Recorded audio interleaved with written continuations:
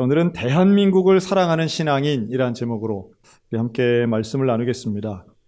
제가 아주 한 명을 좀 소개하면서 오늘 요 논리를 펴려고 하는데요. 애국의 방향과 방법이 얼마나 극단적으로 다를 수 있는가라고 하는 겁니다. 1896년에 조선 땅에는 독립협회가 세워집니다. 우리가 아는 그 독립협회예요. 그런데 이 독립협회에 이 창립총회를 하면서 초대위원장으로 세워진 사람 누군지 모르시죠? 그런데 그 이름을 들으면 대한민국 사람이 모르는 사람이 한 명도 없습니다. 독립협회의 초대위원장의 이름은 이완용입니다. 이완용. 우리 모두가 매국노라고 하고 얼굴은 잘 모르지만 이름은 아는 그분이 맞습니다. 아이러니한 이야기죠. 최초의 독립협회 서재필 박사가 당연히 섰어야 될 그 자리에 사람들은 이완용을 초대위원장으로 세웠습니다. 그때 독립신문에서는 이완용이야말로 우리나라의 진정한 지도자고 독립을 위한 일꾼이라고 치켜 세웠습니다. 와, 저는 그걸 최근에 알았어요. 그러면서 이런 일이 있었구나. 인간 이완용은 과연 어떤 사람인가? 1858년생인 이완용은 그가 젊은 시절 20대의 나이에 과거 시험에 급제를 하고요. 승승장구, 말 그대로 고관대작이 되는 길을 올라갑니다. 그런데 그는 평소의 삶이 20대, 30대의 이완용의 삶은 매일마다 당시의 유학자들이 그랬던 것처럼 아침, 저녁으로 부모님께 문안하는 효자였고 그의 입에는 술 한 방울 대지 않는 아주 우리로 친다면 경건한 생활을 하는 사람이었습니다. 시와 문에 재능이 뛰어났고 시대를 읽는 해안도 있었던 사람이에요. 그는 외무 대신의 자격으로 미국을 갑니다. 그는 워싱턴을 중심으로 해서 미국에서 2년 5개월을 사는데 이때에 그를 도왔던 사람이 의학 선교사였던 알렌 선교사였습니다. 선교사와 함께 미국 땅에 있으면서 미국 정부 관료도 만나고 거의 매주 교회를 갔다 오래요. 얼마나 똑똑했는지 그는 영어를 금방 배우고 오히려 일본어보다 영어를 훨씬 잘했답니다. 당시에 그는 한국을 대표하는 친미 인사였습니다. 그는 미국을 의지했습니다. 미국에게 기대면 우리나라가 좀 더 강해질 수 있겠구나. 그래서 아관 파천, 민비가 시해되고 고종이 피난을 갈 때에 그의 옆에서 고종을 인도했던 것이 이완용이었고요. 그때 피했던 곳은 미국의 도움을 받기 위해서 미국 쪽으로 붙었던 거예요. 근데 그랬던 그에게 변화가 일어납니다. 당시에 그는 청나라든 러시아든 일본이든 강한 나라를 위주로 그의 생각과 태도를 바꿔갑니다. 어떻게 바꾸느냐? 러일 전쟁에서 일본이 승리하자 그는 친일파가 됩니다. 가장 강대국이 일본이었던 거예요. 그러면서 그가 대신은 물론이고 고종도 설득했던 논리가 있는데요. 이 말이었어요. 전쟁보다 평화가 낫다. 맞아요? 틀려요? 맞잖아요. 전쟁보다 평화가 낫잖아요. 평화 싫어하는 사람이 어디 있겠어요? 그래서 평화를 지켜야 된다. 우리는 전쟁을 하면 안 된다. 청나라, 또 러시아, 일본은 강대국이기 때문에 저 나라와 싸워서는 큰일 난다. 우리 왕실이 무너진다. 고종을 그렇게 설득했다고 하더라고요. 그러니 왕조를 지키려면 우리는 평화를 지켜야 된다. 싸우면 안 된다. 그럴듯한 말이지만 그걸 어떻게 지켜요? 우리나라 군대를 해산시켜버립니다. 이게 정미 7조약이죠. 땅을 팔고 군대를 해산시키고 한일합방 문서에 서명하고 을사조약을 체결합니다. 말 그대로 나라를 팔아먹는 그 중요한 순간에 이완용은 사인을 하고 서명을 합니다. 매국노의 별명은 이때부터 붙은 거죠. 그런데 그는 그런 모든 서약을 하면서도 뭐라고 얘기하느냐 하면 이게 다 조선을 위한 일이다. 이게 다 조선의 왕조가 사라지고 우리가 완전히 망하는 것보다 이렇게 하는 것이 차선책일 수 있다라고 하는 말이었습니다. 나름의 회개한 논리로 애국지사처럼 일했다는 거예요. 여기에 대해 백성들은 물론이고 선각자들은 큰 분노를 합니다. 그리고 1909년이 됐는데요. 우리 아시는 것처럼 1909년에는 안중근 의사가 하얼빈역에서 이토 히로부미를 저격했던 해였습니다. 이 소식이 들리는 거예요. 그래서 이토 히로부미를 죽였다라고 하는 소식을 듣고 조선에서는 이완용을 죽여야 된다라고 하는 분위기가 있었습니다. 그래서 그때에 명동성당에서 벨기에 대사의 추도식을 마치고 나오는 이 이완용에게 달겨든 23살 청년이 있었는데 그의 이름이 이재명이었습니다. 이 이재명 청년은 역시 아주 똑똑한 인재였어요. 그래서 하와이를 거쳐서 미국 본토에 가서 공부하고 돌아왔던 그런 청년입니다. 그에게는 이미 19살짜리 부인이 있었고요. 오시성을 가진. 그런데 이 이재명 의사죠. 이완용에게 달려든 이재명은 칼을 들고 있었습니다. 그래서 이완용의 어깨, 또 배 3번이나 칼을 찌릅니다. 피투성이가 되어 쓰러진 이완용을 마차 옆으로 밀고 그 자리에서 대한독립 만세를 외칩니다. 1909년 12월에 있었던 일이고요. 치명상을 입은 이완용은 급히 병원으로 옮겨집니다. 그리고 당대 최고의 일본 외과의에 의해서 수술을 해서 살아납니다. 반면 사로잡힌 이재명은 바로 구치소에 갇히게 되고 수개월 만에 1910년 사형당합니다. 다시 되살아난 이완용, 그는 그때부터 본격적인 친일 행각을 합니다. 그래서 아까 말씀드린 대로 한일합방 1910년이었고요. 나머지 모든 것들이 그 이후에 일어난 일이에요. 놀랍게도 이완용의 재산은 그 이후에 급격히 늘어납니다. 그 1920년이 되면 조선 땅에서 가장 부자는 이완용 집안이 됩니다. 이쯤 되면 우리가 질문하게 되죠. 나라를 위한다는 게 뭔가? 이 사람도 저 사람도 애국자도 매국노도 모두가 애국을 이야기하는데 진짜로 나라를 위하는 길은 과연 무엇일까? 이재명 의사는 기독교인이었습니다. 미국에서 하와이를 거쳐가면서 세례받은 사람이에요. 그런데 기독교인이 과연 칼을 들고 찔러 죽이는 것은 과연 올바른 일인가? 논란이 있을 수 있는 장면입니다. 저는 우리 그리스도인들이 나라를 사랑하는 것이 어때야 하는가에 대한 원리와 힌트를 오늘 본문에서 좀 찾기를 원합니다. 이 출애굽기에 나오는 32장에 나오는 이스라엘 백성들은 하나님 앞에 죄를 지어요. 이때 당시의 상황은 광야를 지나가는 이스라엘 백성들에게 모세가 하나님께 올라갑니다. 시내산에 올라가서 십계명을 받을 때였어요. 40일 동안 금식하며 하나님과 대면합니다. 모세가. 그런데 하나님 말씀하시는 거예요. 야, 이 백성들이 부패한 민족이야. 9절, 목이 뻣뻣한 백성이야. 25절, 방자한 죄를 지었어. 하나님의 말씀을 듣고 내려옵니다. 내려왔더니 놀랍게도 이스라엘 백성들이 금송아지를 만들어 놓고 우상 숭배를 하고 있는 거예요. 이거 참 있을 수 없죠. 이들은 매일마다 만나를 먹는 백성들이었어요. 구름기둥, 불기둥을 보는 사람들이었어요. 그런데도 이들은 모세가 없는 40일 동안에 우상을 만들어 놓고 그 앞에서 절을 하고 있었다는 거예요. 이들은 왜 우상을 만들었을까요? 도대체 하나님이 그토록 싫어하시는 우상 섬기는 죄를 왜 이스라엘 백성들은 광야를 지나면서도 하고 가나안에 들어가서도 하고 그 후손들도 계속해서 우상 숭배를 했을까요? 먼저 이 우상은요, 소의 형상을 하고는 있지만 이게 아피스라고 해서 이 우상의 의미는 풍요로움을 주는 신입니다. 대개 우상들이 그런 거예요. 아세라든 이런 우상들이 가지고 있는 바알이든 가지고 있는 의미들은요, 대개가 풍요로움, 경제적인 여유로움, 또 다산, 출산의 복 이런 것들이에요. 또 날씨와 기후를 주관하는 그런 신들을 섬겼던 거예요. 왜 그랬을까요? 소가 일상생활에 꼭 필요한 거죠. 먹어야 되고 일을 시켜야 됩니다. 또 농사를 짓는 거에는 농사 짓고 목축업하는 사람들에게는 날씨가 너무 중요한 거예요. 그래서 비를 주관하고 태양신이 너무 중요했던 거죠. 자, 이런 걸 좀 종합해 보면 이들이 우상을 섬기는 이유는 명백합니다. 나중에 아론이 그런 얘기를 해요.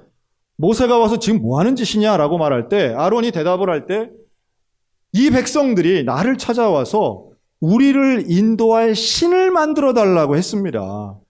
그래서 갖고 있는 금을 내라고 했더니 그걸 집어 불 속에 던졌더니 이 송아지가 돼서 뚱 튀어나왔어요. 이런 말도 안 되는 대답을 하는데 의도는 이거죠. 백성들이 인도할 신을 원했다는 거예요. 여러분, 우상이 주는 의미는 무엇인가? 왜 사람들은 이렇게 우상을 섬겼는가? 이유는 하나로 정리할 수 있습니다. 우상 섬기는 이유는 잘 먹고 잘 살고 싶어서입니다. 즉, 행복하게 살기 원하기 때문이에요.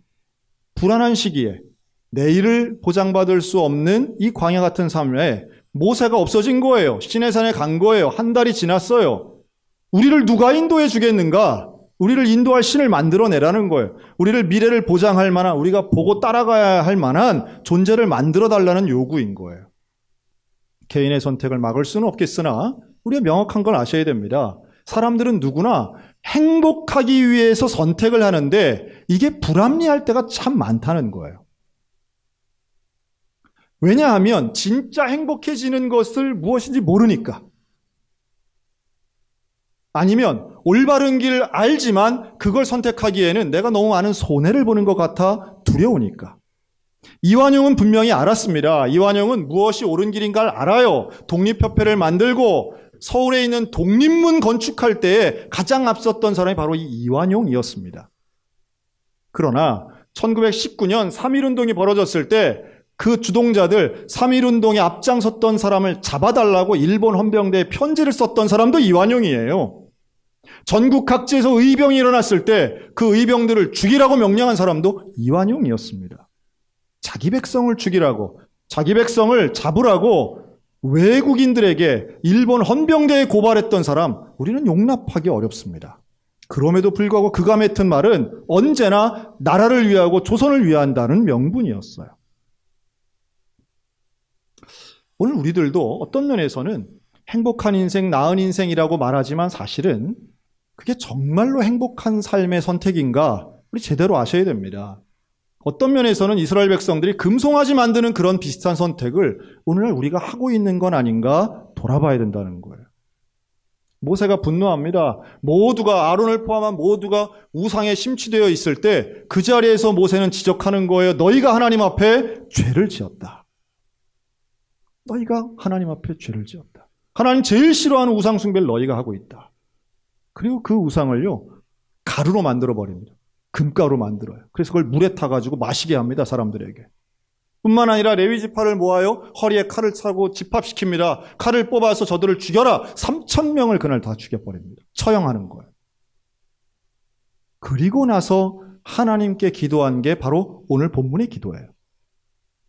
그런데 모세가 하나님께 기도한 이 32장 30절의 말씀을 보면 모세가 뭐라고 기도하느냐 하면 하나님 내 백성의 죄를 용서해 주옵소서. 용서해 주시옵소서. 만일 용서하지 않으실 것 같으면 하나님이 기록하신 책에서 누구를 지워달라고요? 내 이름을 지워달라고 기도하고 있습니다. 이 장면만 띄워놓고 보면 이렇게 의미를 부여할 수 있겠죠. 백성을 위해서 목숨 걸고 하는 기도.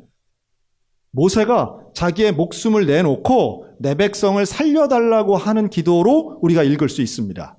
그런데 여기에는 두 가지 의문점이 들어요. 첫째는 이런 기도를 하는 데 있어서 백성을 살려달라고 하는 기도를 하는데 이미 그 앞에 뭘 했느냐? 3,000명을 죽인 거예요. 자기가 죽였어요, 3,000명을. 한두 명도 아니고 3,000명을 죽여놓고는 내 백성을 살려달라고. 자기를 차라리 자기는 아직 안 죽었어요. 백성을 죽여놓고 자기는 안 죽었으면서 목숨을 거는 기도를 한다는 게 얼핏 모순되는 것 같습니다. 이게 첫 번째 질문이고요. 두 번째 질문은 이 백성이 많은데 모세 한 명이 죽는다고 백성들의 죄가 사해지냐는 거예요. 타인의 죄를 내가 대신해서 대속할 수 있느냐라는 질문입니다. 자, 먼저 모세는 왜 3,000명을 죽였을까요? 여러분, 우상을 갈아서 마시게 한다. 일견 이해는 됩니다. 땅에 묻으면 사람들이 다시 꺼낼 수 있으니까. 근데 여러분, 이 우상은요, 금으로 만든 거예요. 그럼 이 금은 어디서 나왔을까요? 백성들이 다 낸 거예요. 손에 끼고 있던 가락지일 수도 있고 귀에 걸고 있던 귀걸이나 장신구일 수 있습니다. 이거 다 애굽에서부터 가지고 나온 거예요. 예나 지금이나 금은 다 소중해요. 우상 만드는데 헌신했다는 거예요. 내 것이 들어간 거예요. 내 돈이 들어간 거예요. 우상 만드는 거 그렇게 쉬운 게 아닙니다. 우상 섬긴다는 게 간단한 게 아니에요. 다 자기 인생이 들어간 거예요. 거기에 내가 소중하다고 여기는 게 시간과 물질과 관심이 다 들어갔으니까 그게 없어지면 심각해지는 거예요. 여러분, 우상 섬기지 말고 하나님 섬기는 믿음과 지혜의 백성들 되시기를 주님의 이름으로 축원합니다. 자, 그랬더니 이걸 갈아서 마시게 하고 3,000명 죽였잖아요. 근데 당시에 인구가 얼마였느냐? 출애굽할 때에 칼을 들 수 있는 사람만 60만 명이었습니다. 그러면 3,000명 많은 것 같지만 60만 명에 비교하면 0.5%예요. 0.5%를 죽인 거예요. 이건 뭐냐 하면 모세가 볼 때는 하나님이 심판하신다는 건 진멸하시는 거예요. 다 죽이는 거예요. 죄를 지은 자 다 죽이는 거예요. 60만이 다 죽는 것보다는 0.5%를 죽이고 하나님께 죄를 사해달라고 기도하는 게 낫겠다고 모세가 생각한 거예요. 이건 전적인 모세의 방법입니다. 하나님이 이렇게 하라고 시키지 않았어요. 갈아서 금가루 마시라고 시키지 않았어요. 모세는 우상을 없애고 벌을 덜 받아 우리가 진멸되지 않는 선택을 한 거예요. 그리고 하나님 앞에 목숨 거는 기도를 한 겁니다. 그럼 두 번째 질문. 그럼 그렇게 해서 모세가 대속할 수 있느냐? 여러분, 타인의 죄를 내가 대신해서 하나님 앞에 용서받을 수 없습니다. 그럴 수 있는 구조가 아니에요. 수십만 명의 죄를 모세가 죽는다 해도 해결되지 않아요. 그래서 하나님 말씀하시는 거예요. 내게 죄를 지은 자는 모두 그 이름을 내가 기록한 책에서 지워버리겠다. 그래서 그 말씀을 하시는 거예요. 네 뜻은 알겠으나 그럴 수 없다는 거예요. 그럼 모세의 기도는 과연 의미가 있는 것인가? 의미가 있죠. 모세는 백성을 사랑해서 기도한 겁니다. 모세는 백성들의 죄를 용서해달라고 기도했는데 하나님께서는 이 기도에 어떻게 응답하셨는가? 바로 심판하지는 않으셨어요. 회개할 기회를 주시는 거죠. 심판을 연기하십니다. 그러나 우리가 아는 것처럼 출애굽 1세대는 다 광야에서 죽습니다. 모세까지도. 금방 죽진 않지만 이들은 결국 우상을 섬긴 죄뿐만 아니라 하나님을 부정한 죄들에 대해서 결국 이들은 그 의심과 불신 때문에 결국 이들은 광야에서 죽는 거예요. 자, 그러면 기도가 의미가 없나? 우리는 여기서 아주 중요한 원리를 발견하는데요. 모세가 한 기도는 백성들의 죄를 대속하기 위한 기도였어요. 모세는 그걸 할 수 없었지만 모세의 때와 2022년을 사는 우리와는 분명히 차이가 여기에 있습니다. 우리는 대한민국 국민은 물론이고 지구상에 사는 인류 전체를 위하여 그 죄를 대속해 주시고 구원을 완성하신 예수 그리스도를 믿는 사람들인 줄로 믿습니다. 우리에게는 이미 대속의 은혜가 주어진 거지요. 이미 예수님을 통하여 이 문제가 해결이 된 거예요. 죄는 짓지만 죄의 문제가 해결되는 원리가 우리에게는 구원의 원리가 주어진 겁니다. 이것은 복음입니다. 그럼 우리는 어떻게 대한민국을 사랑할 수 있을까요? 바로 이 대속의 원리를 가지고 하나님 백성의 죄를 용서해 주시고 이 나라를 구원해 달라고 하는 복음을 전하는 것, 이게 오늘날 우리가 실천해야 할 애국인 줄로 믿습니다. 여러분, 대한민국이 발전하는 것은 경제나 사상 이전에 복음과 구원의 원리가 먼저여야 되는 것이에요. 우상을 섬기지 않는 것, 하나님을 믿는 것. 왜냐하면 대한민국의 미래는 특정 정치 세력이나 탁월한 지도자에게 있는 것이 아니라 하나님 손에 있음을 믿기 때문입니다. 여러분, 대한민국의 미래는 하나님께 있음을 믿습니다. 그렇기 때문에 우리는 우리 민족을 사랑하지만 민족주의자가 아니라 우리는 복음주의자가 되어야만 합니다. 이미 대한민국은 단일 민족이라고 말하기 어려운 수준으로 가고 있습니다. 이런 국제적 환경 속에서 우리가 타인종이나 타민족을 배척하거나 혐오하는 것은 시대 정신에도 맞지 않지만 하나님이 원하시는 사랑과도 거리가 있는 거죠. 그리스도인들에게는 국경은 의미가 없고요. 모든 전 세계가 다 하나님 사랑하시니까요. 그럼 우리에겐 조국이 있는 것뿐이죠. 조국도 사람 이름 아닙니다. 우리는 믿기에 일본도 잘 돼야 되고요. 한국도 잘 돼야 됩니다. 러시아도 구원받아야 합니다. 당연히 우크라이나도 구원받고 평화가 임해야만 합니다. 우리가 정말로 나라를 사랑하는 그 애국이라고 하는 건 모든 사람들을 품을 수 있는 하나님의 사랑만으로 가능한 일이지요. 한 10년 전에는 군 단위 학교에서 일어난 일이어서 주목받았다가 지금은 서울 신림동 같은 이런 지역에서도 번번이 일어나는 일인데요. 초등학교 아이들이 같이 노는 아이들끼리 이제 뭐 일종의 폭력적인 건 아니지만 왕따를 시키는 일들이 일어난 거죠. 그런데 한 10년 전 보고서에 그런 게 있었습니다. 왕따 당하는 아이가 특징을 보니까 엄마, 아빠가 다 한국 사람이었다는 거예요. 무슨 말입니까? 이미 몇몇 학교는 다문화 가정이 절반 이상이에요. 절대 다수가 되어서 다문화 아이들이 한국인 부모를 둔 자녀를 왕따시키는 현상들이 있었다는 거예요. 그리고 이것은 이젠 전국적인 현상으로 번져가고 있습니다. 여러분 이걸 가지고 우리나라가 망했어 입니까? 아니면 우리가 생각을 바꿔야 돼 입니까? 당연히 생각을 바꿔야죠. 어떤 누구든 이 땅에 살고 있는 사람들 다 우리가 한 백성으로 맞아들일 준비를 해야만 합니다.